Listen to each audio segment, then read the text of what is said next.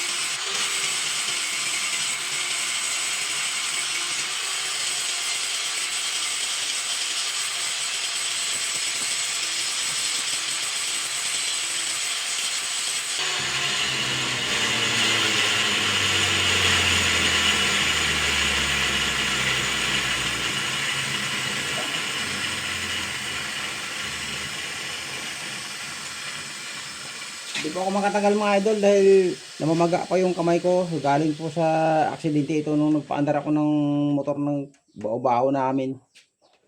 Ay medyo hindi ko na patapos, rumisbak.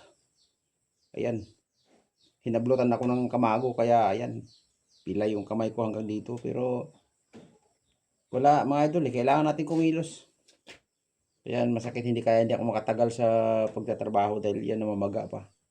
Kahit ako mag-drive nga ng motor nahirapan ako, hindi ako makapag-handbrake. Ano pala, tawag doon. Makapag-preno sa harapan. Masakit, pero wala, tiyaga-tiyaga lang. Lalay lang muna mga idol.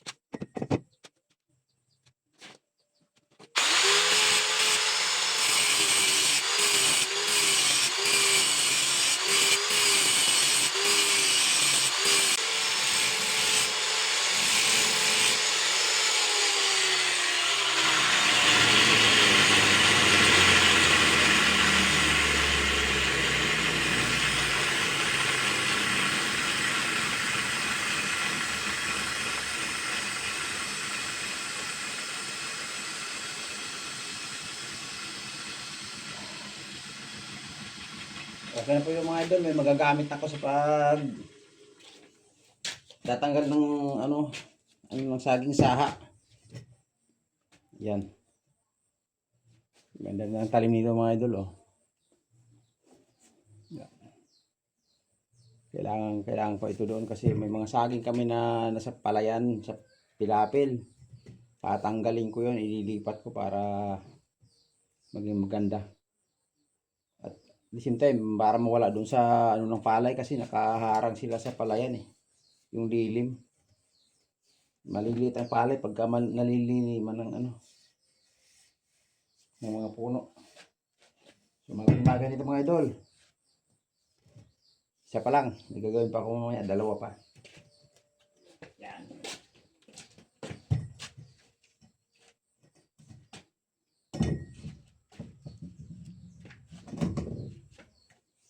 Pero sa akin mga idol, kakain muna ako, nagugutom na ako.